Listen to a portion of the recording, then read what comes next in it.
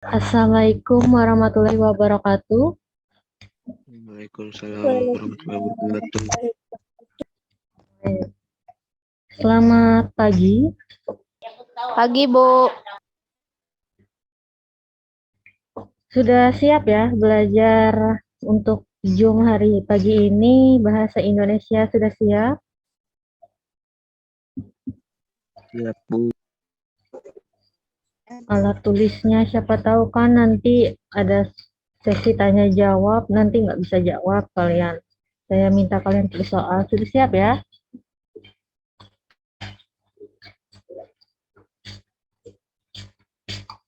Sudah siap? Ini apa kabar semuanya? Halo, ada orangnya kah? Ada nggak orangnya? Sudah bangun belum? Ada, Bu. Ada, Bu. Kenapa diam semuanya ini? Kebanyakan diam. Bangunlah. Kita siap-siap untuk belajar bahasa Indonesia. Nah, pada pagi ini Ibu ingin melanjutkan materi yang minggu lalu belum selesai ya. Meskipun kalian sudah melaksanakan UTS, tetapi di sini ada sedikit topik yang ingin Ibu jelaskan masih mengenai teks biografi. Di sini mempresentasikan teks biografi.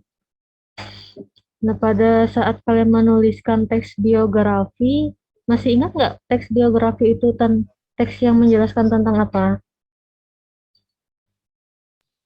Teks biografi menceritakan perjalanan hidup seseorang yang bertujuan untuk menjadi teladan bagi pembaca. Menuliskan perjalanan hidup seseorang ya. Nah, pada saat kalian menuliskan, kalian juga harus diminta untuk mempresentasikan. Nah, mempresentasikan artinya kan kalian menulis sebuah teks biografi atau mengenai biodata seseorang. Nah, setelah mampu menulis teks biografi, kalian dapat mempresentasikan hasil tulisannya di depan kelas. Nah, ada beberapa hal yang harus kalian cermati pada saat mempresentasikan sebuah teks biografi. Bisa dilihatlah ini PowerPoint-nya. Bisa, Bu. Nah, di sini ada berapa langkah? Ada 8 langkah ya dalam mempresentasikan sebuah teks biografi. Yang pertama apa, Rindi?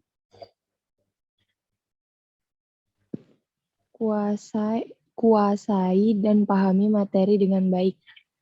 Kuasai dan pahami materi dengan baik. Kemudian yang kedua, Febrianti. Ada Febri? Nah, kemana Febri hilang? Ada nggak Febrianti? Nggak ada responnya, ini masih tidur ke orangnya. Marsha Olivia?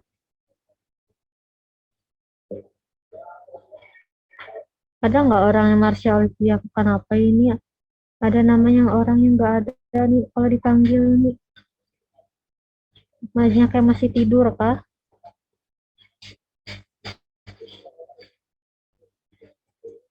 Nanti percuma saya di sini menjelaskan tapi orangnya nggak ada ya.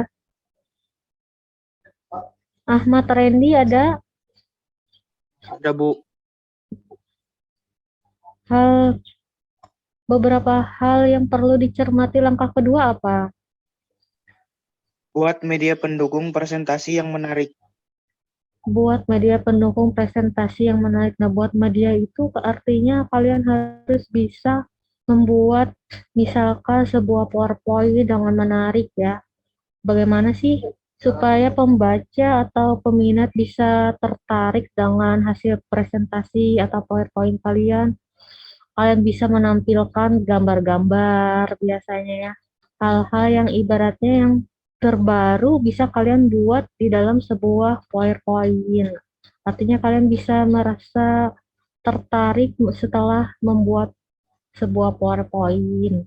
Nah, kemudian yang ketiga langkahnya Audia Whitney ada? Ada, Bu. Langkah ketiga apa? Kenali tempat presentasi, alat pendukung, dan audiensi. Kenali tempat, presentasi, alat pendukung, dan juga audiensi. Kemudian Mulyani. Mulyani ada? Nggak ada juga ya. Jessica Whitney. Ada, Bu. Langkah berikutnya. Lakukan simulasi presentasi. Nah, artinya kalian diminta untuk berlatih terlebih dahulu sebelum melakukan presentasi ya, latihan dulu. Kalian bisa latihannya di rumah sebelum presentasi. Kalian kan bisa melihat apa kurangnya, atau mungkin kalian bisa melakukan perbaikan-perbaikan. Kan kemarin ada revisi ya. Sebelum kalian melakukan presentasi, kalian bisa revisi kurangnya apa, atau ada beberapa hal yang harus diperbaiki. Maka lakukan dulu latihan di rumah sebelum melakukan presentasi. Kemudian Rosalinda, Ibu, mau nanya, Bu. ya, Absensinya nggak bisa. absensi kelas berapa ya, anak? Tadi ulun buka Bu, kada bisa buat diisi lagi jarnya. Untuk kelas berapa? 6. Oh, 10. Oh, nanti coba, nanti Ibu tanyakan lah. Ya, Bu. Rosalinda Sanjoyo tadi ada? Ada, Bu. Langkah berikutnya apa, nah? Perhatikan kontak mata. Perhatikan kontak mata. Ada yang tahu nggak artinya apa? Perhatikan kontak mata. Artinya pada saat kalian melakukan presentasi, jangan hanya terpaku pada suatu teks ya atau buku bacaan. Sesekali lihatlah peserta atau teman-temannya yang ada di depan. Kemudian kalian bisa memperkenalkan diri biasa sebelum melakukan presentasi. Kan nggak mungkin kalian presentasi langsung memberikan sebuah materi atau sebuah teks biografi. Biasanya kan sebelum melakukan presentasi, kalian harus memperkenalkan diri, kemudian menyampaikan temanya, menyampaikan tujuannya, sesekali lihat peserta atau temannya yang ada di depan. Kemudian yang berikutnya, Nur Askia ada? Ada Nur Askia? Ada, Bu. Langkah berikutnya apa, Asia?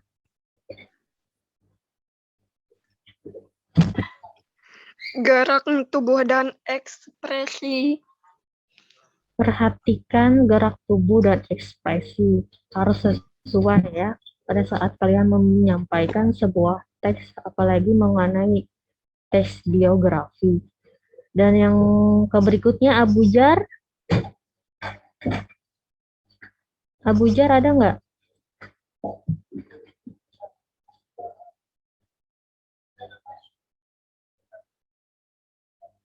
Nah, nggak ada lagi Abujar. Kemana lagi?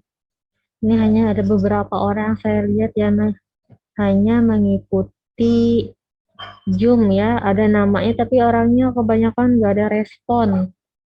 Masih tidur kah? Jenny, ada Jenny, Rosita? Ada, Bu. Langkah berikutnya apa, Jenny? Pengaturan suara.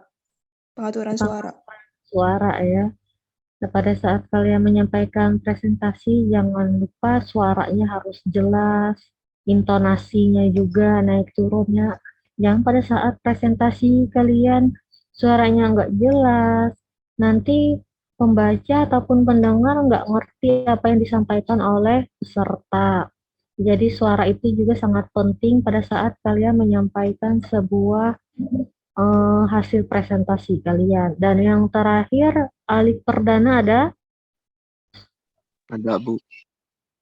Apa langkah terakhir? Perhatikan pakaian yang digunakan. Nah, ini biasanya sering sekali saya lihat di sekolah. Biasanya anak-anak itu pakaiannya sering dikeluarkan. Nah, sedangkan di sini hal yang harus dicermati pada presentasi pakaian juga patut harus diperhatikan ya. Pakaian itu jadi pemicu juga, jadi perhatian, baik perhatian gurunya atau mungkin juga teman-temannya. Jadi pada saat kalian presentasi, biasanya kan presentasi itu maju ke depan kan? Benar nggak? Benar. Nah, biasanya kalau presentasi pasti maju ke depan menyampaikan sebuah teks atau tujuannya presentasi. Nah, kalau pakaiannya dikeluarkan atau mungkin kumal itu akan menjadi pusat perhatian teman-temannya atau juga bisa jadi pusat perhatian oleh gurunya.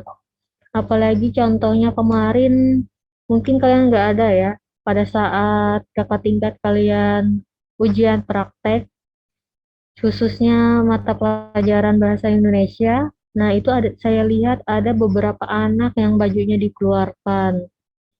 Nah, itu kan jadi bahan pertimbangan, jadi poinnya nggak sempurna kalau pakaiannya nggak rapi. Jadi pada saat di sekolah, tolong gunakan pakaiannya yang rapi ya. Bisa dipahami? Bisa, Bu. Nah, jangan berat hati ya, bilang bisanya ya. Nanti kalau di sekolah, jangan ada yang dikeluarkan lagi bajunya. Kalian kan siswa, seorang murid, harus rapi, harus menaati peraturan yang ada ya. Nah, itu tadi ada hal-hal yang memang harus diperhatikan pada saat presentasi ya, ada 8 poin. Sampai di sini bisa dipahami? Bisa, Bu. Bisa, Oke, Bu. lanjut lagi. Kita ke poin mengenai berkarya, berekspresi melalui puisi. Nah, kalian khususnya untuk kelas 10, 4, 5, dan 6 kemarin pada saat project itu diminta untuk membuat puisi ya? Iya, Bu. Sudah selesai? Belum, Bu. Yang belum tolong nanti dikirimlah via WA. Sudah tahu kan guru-gurunya? Sudah Nah, tahu, Bu.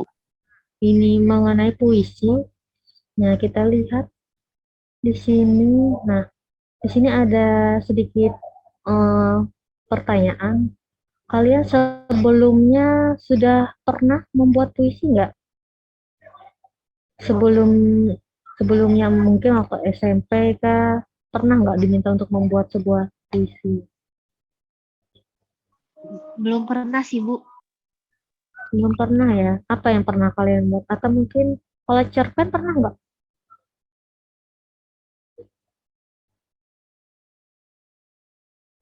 Sudah pernah nggak kalau cerpen? Pernah, Bu. Pernah ya. Nah, di sini sebelum cerpen kita masuk membahas tentang puisi dulu ya. Apa yang kalian ketahui tentang puisi? Tapi kalau melihat puisi sudah pernah? Pernah. Pernah ya. Kalau membuat belum ya. Tapi kalian kan apalagi khususnya untuk kelas 10, 4 sampai 6 itu kan diminta untuk membuat puisi karya sendiri. Nggak boleh plagiat sama punya orang lain. Nah, di sini yang kalian ketahui tentang puisi apa? Kelas 10 1 sampai 6 apa yang kalian ketahui? Ada yang bisa menyebutkan? Satu aja yang apa sih yang kalian ketahui tentang puisi?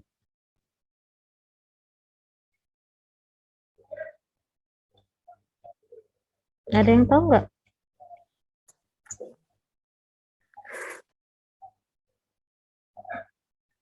Nggak ada yang tahu ya? Nggak ada suaranya. Masih bingung tentang puisi. Tapi kalau kata-kata yang romantis tahu, bisa nyusun kata-katanya.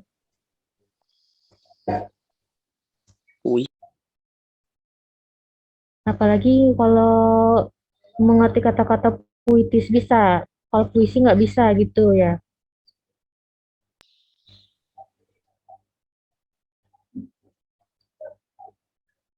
Kalau unsur-unsur pembentuk teks puisi, ada yang tahu?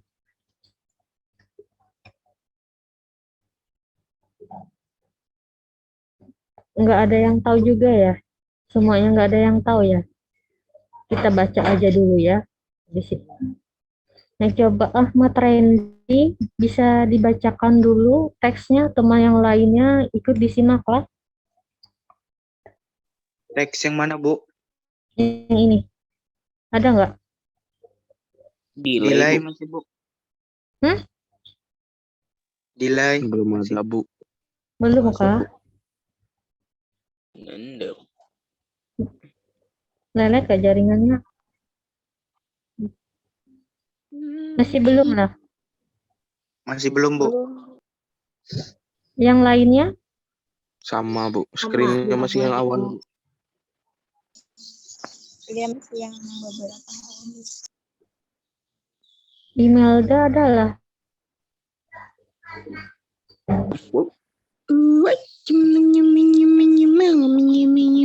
Imelda adalah. Ada, Bu. Ada kelihatan nggak teksnya? Bentar, Bu. Belum keganti slide-nya, Bu. Belum keganti kah?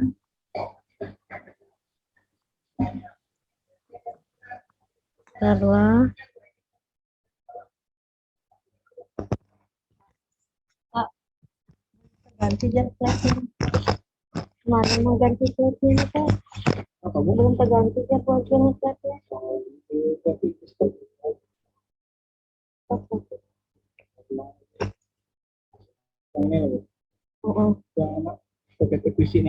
iya. Iya, Pak. Oh, iya.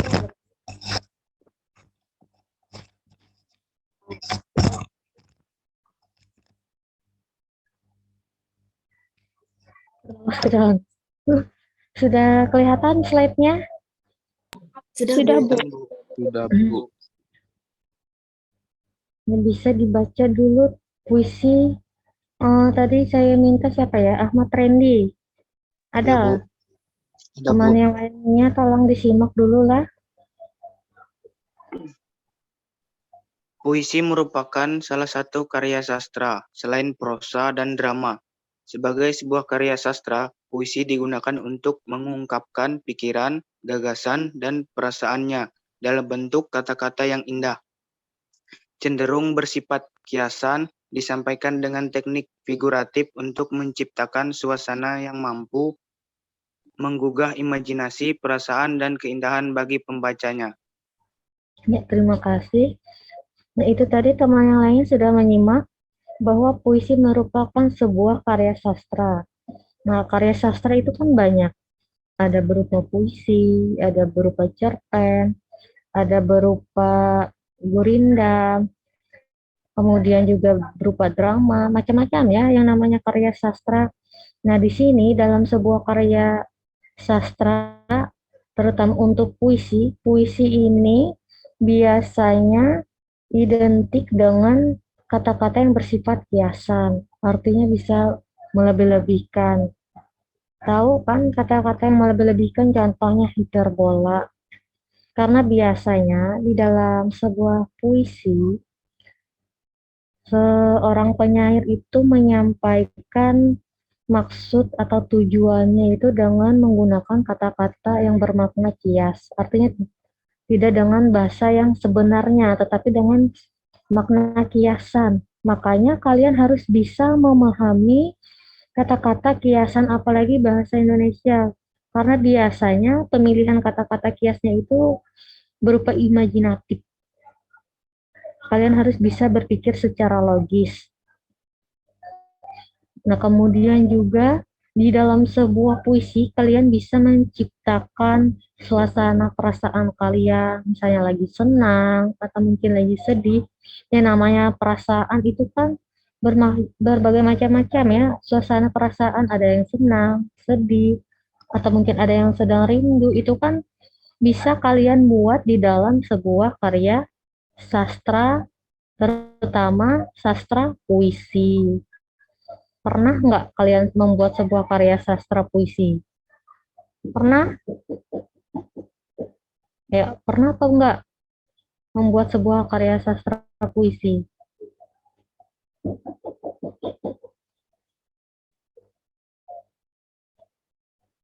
Kalau belum pernah, nanti coba latihan dulu di rumah. Membuat puisi itu tidak sulit ya.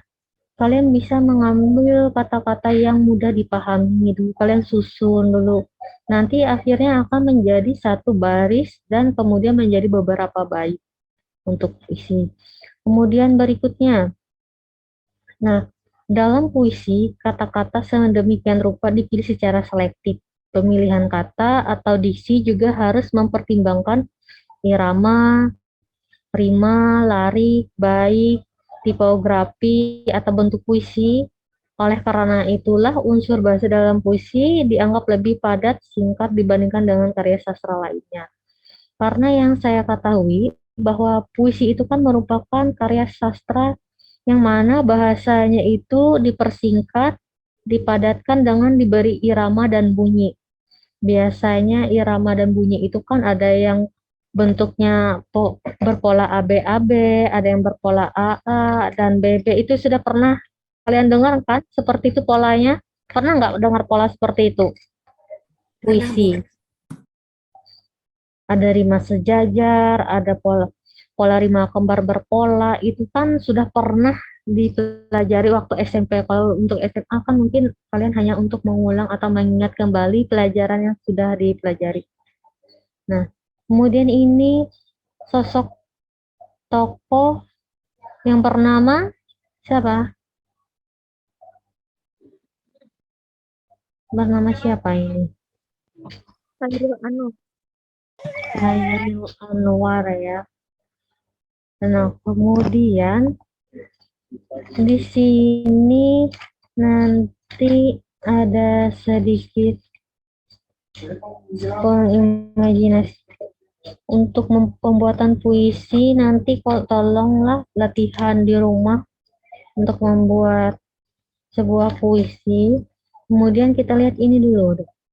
Nah, di sini memahami diksi teks puisi yang dibacakan. Ada berupa majas, pengimajinasian, kata konkret, dan ada kata konotatif.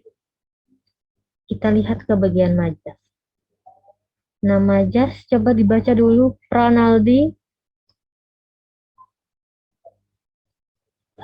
Ada nggak, Pranaldi?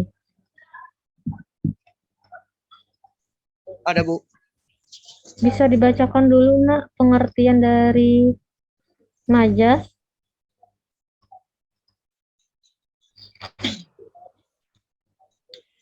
Majas atau gaya bahasa merupakan bahasa kiasan yang digunakan untuk menampilkan efek tertentu bagi pembacanya. Contoh majas, personifikasi, metafora, hiperbola. Ya, majas atau gaya bahasa merupakan bahasa kiasan yang digunakan untuk menampilkan efek tertentu. Contohnya di sini ada personifikasi, ada majas metafora, ada majas hiperbola. Nah, kalau majas personifikasi itu artinya majas yang mempersamakan benda mati dengan manusia. Benda mati itu dibuat seolah-olah menjadi hidup. Ada yang tahu nggak contohnya apa? Ada yang bisa beri contoh? Misalkan contohnya itu daun-daun itu bergoyang melambaikan tangan. Nah, itu kan salah satu contoh dari majas personifikasi ya. Artinya benda-benda mati itu bisa dianggap sebagai benda hidup. Karena kan yang namanya majas itu kan berupa makna kiasan, bahasa kiasan. Artinya bisa menggambarkan benda-benda itu seolah-olah hidup atau nyata ya. Makanya dikatakan sebagai majas. Nah, kemudian kalau metafora artinya kiasan langsung. Di mana biasanya kiasan itu atau bendanya itu tidak disebutkan. Di sini sebenarnya ada contoh majas untuk sebuah metafora nanti bisa kalian lihat atau kalian cek sendiri. Nah, kalau hiperbola itu kan majas yang melebih-lebihkan. Biasanya siapa sih yang suka alay atau suka lebay? Nah, itu bisa disamakan dengan majas hiperbola. Ada yang bisa kasih contoh nggak dari majas hiperbola?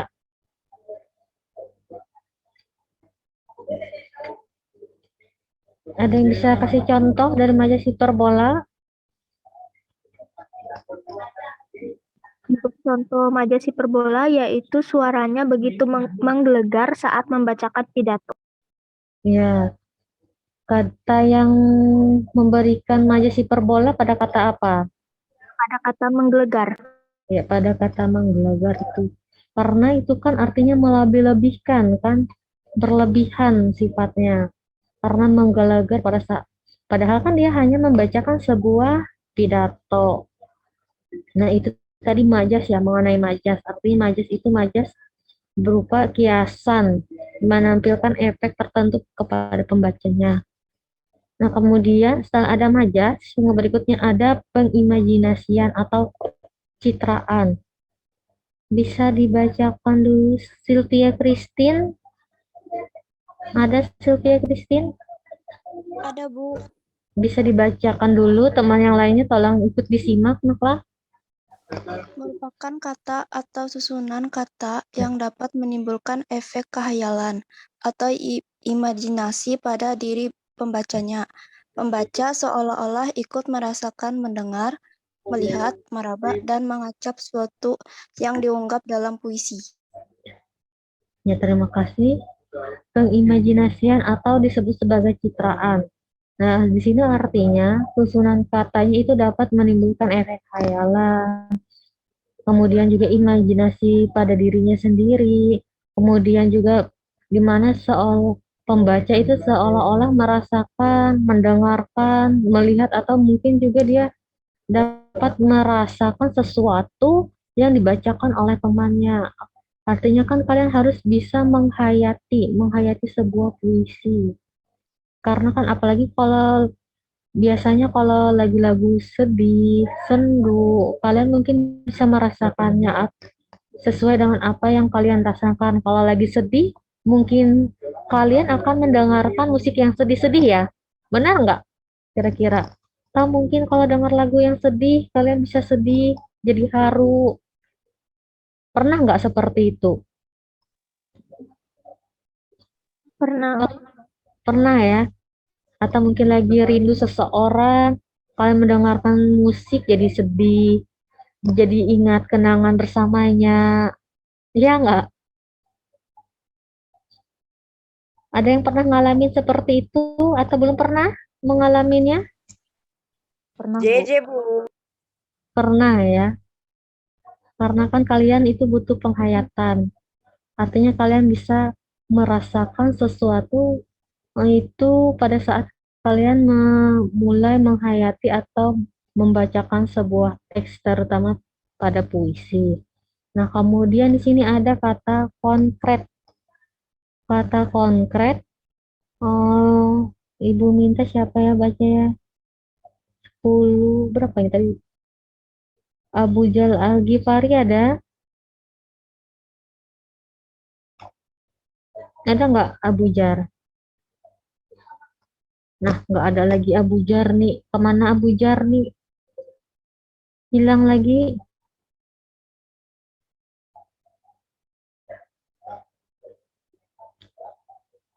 Silva, ada Silva Indriani.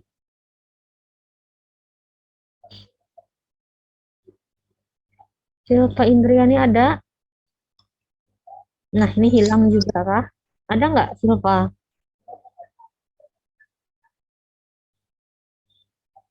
Nggak ada juga Kak Silva. Masih belum bangun kah sama siapa tadi? Abu Jar tadi? Kemana mereka berdua ini? Septiana? Ada nggak Septiana? Hilang juga Septiana. Kemana Septiana?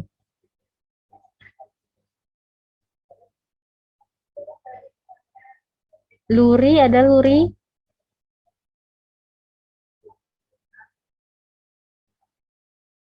Enggak ada juga luri. Enggak ada Ada, Bu. jawab.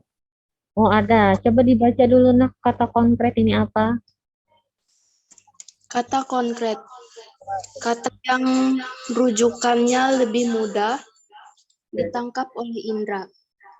Konkret dapat berarti nyata, berwujud, atau benar-benar ada. Artinya kata konkret itu kata-kata yang artinya dapat ditangkap oleh indera ya, artinya sesuai dengan keadaan.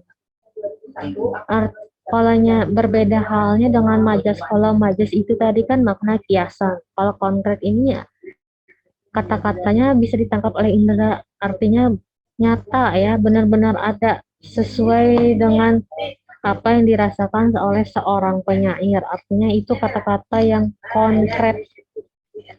Jangan salah ya, jangan terbalik nanti ya dengan majas. Nah, setelah ada kata konkret, berikutnya di sini ada sebuah puisi. Nah, di sini ada puisi, temukan kata konkret dari puisi berikut. Semuanya bisa melihat puisi Hujan di Bulan Juni bisa dibaca.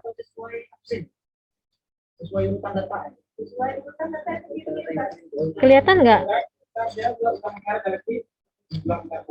Ada terlihat tidak puisinya? Lihat, Bu. Ada, Bu. Nah, coba tolong kalian baca dulu masing-masing, kalian temukan di sini kata-kata konkretnya pada kata apa?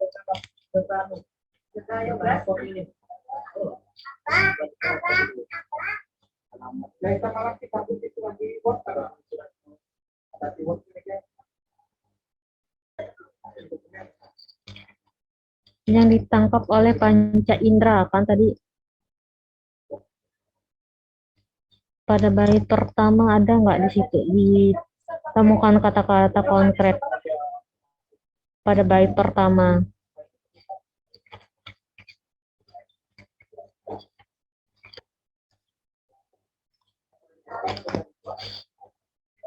Ada?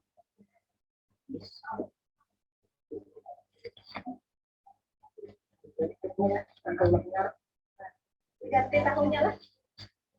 Terus tanggalnya lah. Tanggal 18 Maret. Dah, 18 April 2022. Ada, Bu. Pada kata apa? Hujan, Bu. Hujan di bulan Juni ya. Iya, Bu. Kemudian kalau bait keduanya sama. Jalan, Bu. Bait kedua ada.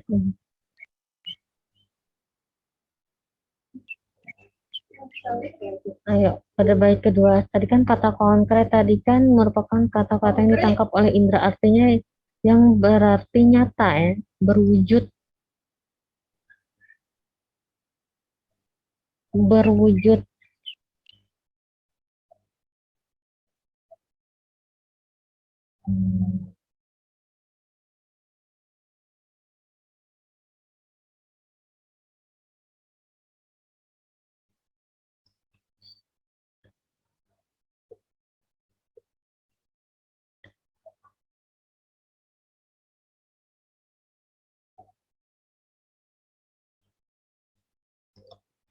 Di sini kata-kata konkretnya itu kalian baca dulu teksnya sampai habis. Di sini contohnya itu misalnya di sini pada bait kedua ya. Bait kedua ini dihapusnya jejak-jejak kakinya. Itu kan kata-katanya sudah konkret. Dihapus oleh apa? Karena hujan tadi kan. Itu kan sudah nyata. Sudah berwujud. Karena judulnya aja bulan hujan di bulan Juni. Bisa dipahami mengenai kata-kata konkretnya? Bisa, Bu. Yang lainnya Bisa, Bu. harus bisa membedakan majas, konkret, sama pengimajinasian ya, yang terbalik nanti. Nah, di sini sebelum setelah ada kata konkret, berikutnya ada kata konotatif.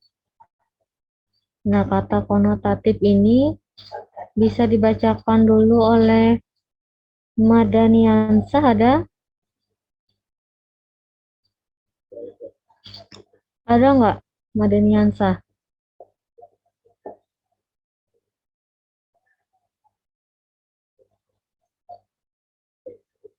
Marsha Olivia, ada?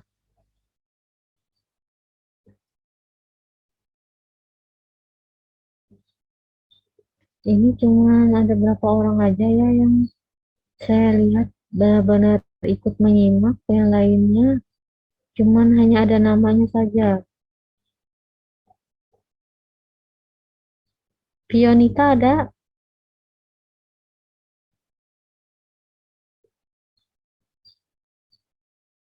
Ada nggak Pionita? Lydia Kartika?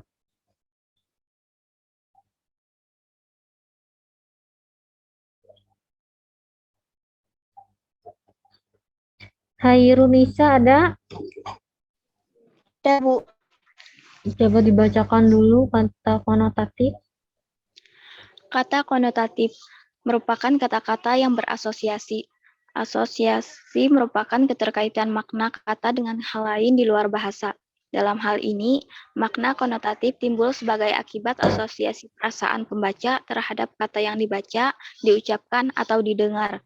Pada kata konotatif, makna telah mengalami penambahan atau pergeseran dari makna asalnya. Ya, terima kasih. Ini mengenai kata konotatif. Nah, kata konotatif artinya itu ada terjadinya perubahan makna. Perubahan makna dari makna yang sebelumnya ya. Artinya kan karena biasanya di dalam sebuah puisi itu kebanyakan biasanya menggunakan bahasa yang berlebih-lebihkan, menggunakan majas. Contohnya tadi ada majas hiperbola, ada majas personifikasi, di mana kata-kata yang asalnya yang belum ada tambahan atau imbuhan menjadi perubahan makna setelah diberikan imbuhan atau asosiasi ini tadi. Makanya dikatakan sebagai kata konotatif. Nah, di sini juga dikatakan bahwa makna dari sebuah konotatif ini timbul sebagai akibat asosiasi perasaan pembaca terhadap kata yang sudah dibacakan, diucapkan, atau didengar. Itu kan artinya mengalami perubahan makna dari kata yang sebelumnya, dari makna asalnya. Nah, di sini ada contoh, perhatikan kutipan puisi karya Sanusi Pase yang berjudul Chandra. Nah, bisa kalian lihat atau kalian baca, Panji berkibar di tangan kanan. Tangan kiri memimpin kuda yang bernapaskan nyala. Begitu dewa melalui cakrawala. Di sini kalian bisa melihat kata konotatifnya memimpin kuda yang bernapaskan nyala. Itu kan sudah terjadi perubahan makna dari kata sebelumnya. Ada yang tahu ya artinya dari kuda yang bernapaskan nyala?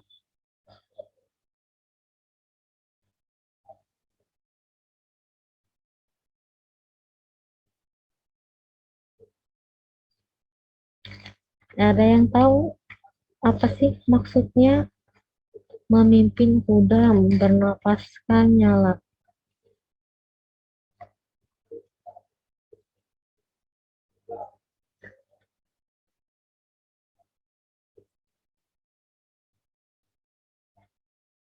Ayo, ini tadi kata konotatif. Nah, di sini sudah ada contohnya. Artinya apa? Memimpin kuda yang bernapaskan nyala.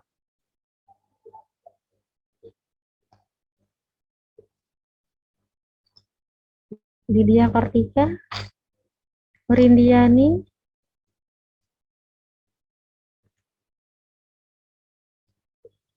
gimana? Ada yang tahu? Nah, ini nanti bisa dijadikan tugas buat kalian di rumah. Carilah dari puisi karya Sanusi Pase. Sanusipane yang berjudul Chandra. Apa sih maksudnya? Dicari kata konotatifnya. Karena kan konotatif tadi adalah perubahan makna. Karena di dalam sebuah teks puisi ini kebanyakan bahasa yang digunakan adalah makna kiasan. Oke, lanjut di sini ke bagian B ya. Bagian B, memahami teks diskusi dan menilai efektivitas diksi, rima, tipografi dalam teks puisi. Nah, di sini puisi itu memiliki macam-macam jenis katanya. Ada puisi lama, contohnya ada Matra, ada Karmina, ada Gurindam, pantun, puisi, syair serta talibun ya. Itu contoh dari puisi lama. Kalau dari puisi baru, contohnya ada balad, elegi, epigram, himne, ada ode dan satir ya. Nah, di situ bisa kalian lihat perbedaannya antara puisi lama serta puisi baru. Karena puisi lama dan puisi baru itu sama-sama merupakan sebuah dari karya sastra ya. Nah, puisi ini termasuk ke dalam karya sastra apa?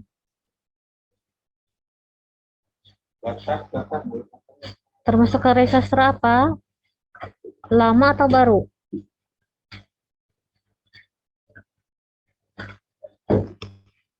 Lama atau baru?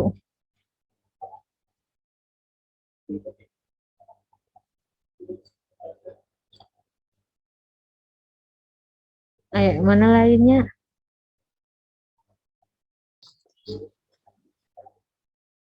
Termasuk puisi lama atau baru? Puisi. Ini sudah ada contohnya loh, Ibu sebutkan tadi. Puisi lama kayaknya, Bu. Kayaknya. Bukan kayaknya lagi, memang lama. Ini kan bisa kalian lihat. Nah, ini puisi lama. Contohnya puisi. Kan? Pantun, syair, talibun. Itu puisi lama. Nah, kemudian berdasarkan isi puisinya dikenal pula jenis puisi naratif, deskriptif, lirik, dan sebagainya. Bahkan belum lama ini muncul jenis puisi esai yang mengandung kontroversi di kalangan penyair dan pengamat sastra. Ada yang mendukung, ada yang pro.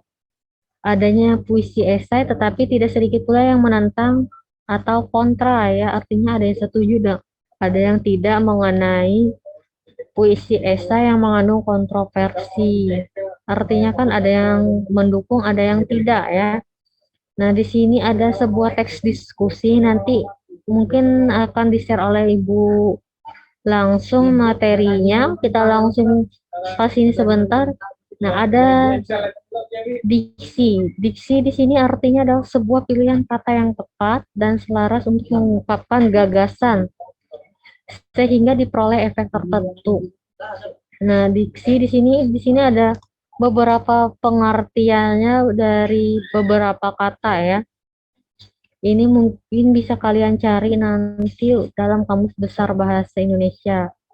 Contoh dari diksi di sini ada akara artinya bayang, ada aksa artinya jauh atau mata, ada aksama artinya ampunan, ambu aroma, anala api, ancala gunung, anila angin, anindita sempurna.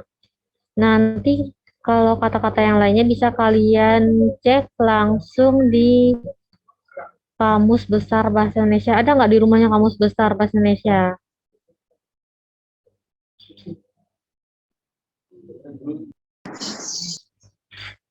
Tidak Ada ada, nggak? Bu. Tidak ada, Bu. Nah, nanti kalau nggak ada, kalian bisa download aplikasinya aja deh di Play Store ya. Atau mungkin kalian bisa lihat di Google. Oke, lanjut setelah diksi ada rima. Nah, rima artinya di sini pengulangan bunyi berselang, baik dalam larik maupun pada akhir puisi yang berdekatan. Bunyi yang berima itu dapat ditampilkan oleh tekanan, nada tinggi, atau perpanjangan suara. Puisi-puisi yang bergaya rima kental biasanya adalah puisi-puisi Melayu dan beberapa puisi angkatan di bawah penulis kontemporer. Contohnya di sini ada yang berpola sejajar, A, atau juga bisa B, B, dan B. Artinya itu pola sejajar ya. Ada juga rima yang berselang. Polanya rima bersilang itu polanya AB, AB. Kemudian kalau rimanya berpola itu A, dan A. Itu artinya akhirannya ya, akhirannya itu sama. Bisa dipahami kan mengenai rima ya? Bisa dipahami nggak mengenai rima? Bisa. Yang lainnya bagaimana? Sudah jelas mengenai rima? Jelas, Bu. Sudah, Bu. Oke, lanjut. Kita lanjut ke tipografi. Tipografi disebut juga sebagai ukiran bentuk, ialah susunan baris-baris atau bait-bait suatu puisi. Termasuk ke dalam tipografi ialah penggunaan huruf-huruf yang menuliskan kata-kata suatu puisi. Nah, di sini bisa kalian lihat contoh tipografi puisi Doa Perahu. Nah, di sini kalian bisa lihat ya susunannya, karena tipografi tadi kan merupakan bentuk dari puisi Doa Perahu. Nah, di situ ada contoh puisinya. Kalian lihat, Tuhanku beritahu kini, kemanakah harus ku pergi? Ke muara menyongsong laut biru, ataukah melawan arus menuju hulu? Nah, kalian lihat di sini polanya apa kira-kira?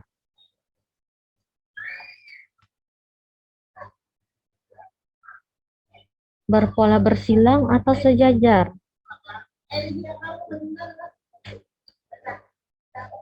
Sejajar atau bersilang? Bersilang. Bersilang, Bu. Bersilang artinya kalau bersilang polanya seperti apa? Kalau bersilang, bentuk polanya seperti apa?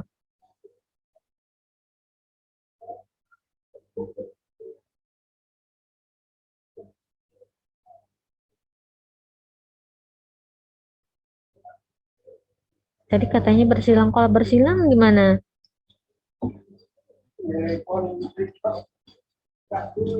Nah, tahu nggak pola bersilang itu seperti apa? Atau sejajar itu seperti apa? Sudah tahu apa belum?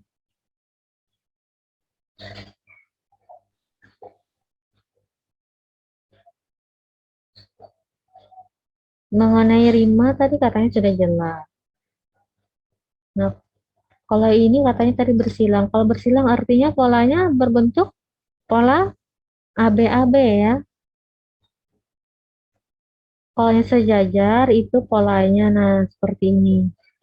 A semua. Atau bisa juga B semua. Itu artinya sejajar. Kalau yang bersilang artinya AB. Nah, itu mengenai puisi tadi. Nah, udah habis ya. Nah, udah habis. Mengenai puisi bisa dipahami?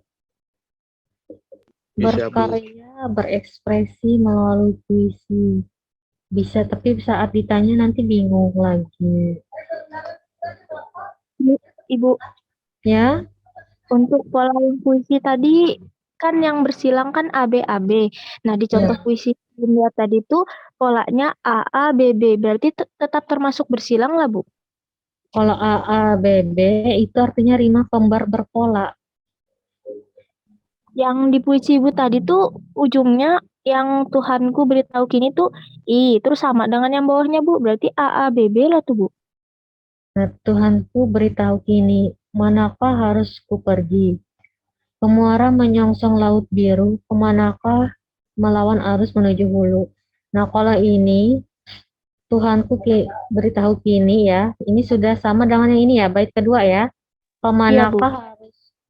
Kemanakah harus ku pergi? Nah, itu Menurutmu polanya seperti apa? AB-AB ya? Ya yang Atau AA AA dengan atau BB. Nah, polanya AA dan BB artinya rimanya berpola kembar. Rima kembar berpola artinya. Karena Bu. AA dan BB. Nah, kemudian kalau yang pemuara menyongsong laut biru ataukah melawan arus menuju hulu. Nah, ini pola rimanya apa? Yang sama yang kayak tadi, yang kembar. Sama ya. Artinya rima kembar berpola, artinya AA, BB. Sampai di sini bisa dipahami? Bisa, Bu. Enak habis. Nanti saat ditanyakan atau tugas nanti ya, siapa tahu nanti diminta buat tugas membuat sebuah puisi berpola AA, BB atau mungkin pola sejajar. Nah, kalau sejajar kan lebih mudah. Membuat puisi itu tidak sulit ya, paling bisa menuliskannya dari kata-kata yang sederhana, kemudian kalian susun sehingga membentuk sebuah kalimat atau sebuah bentuk barisan kata-katanya itu nanti akan menjadi sebuah puisi dalam satu bait.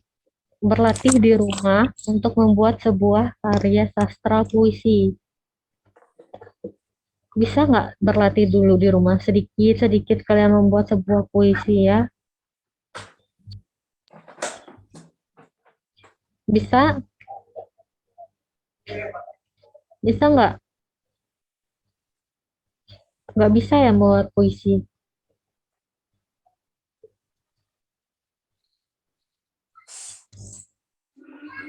Bisa nggak membuat puisi? Bisa, Bu. Tadi sudah Ibu jelaskan. Nah, kalau sudah, Ibu akhiri dulu sampai di sini dulu ya. Ada yang ingin ditanyakan?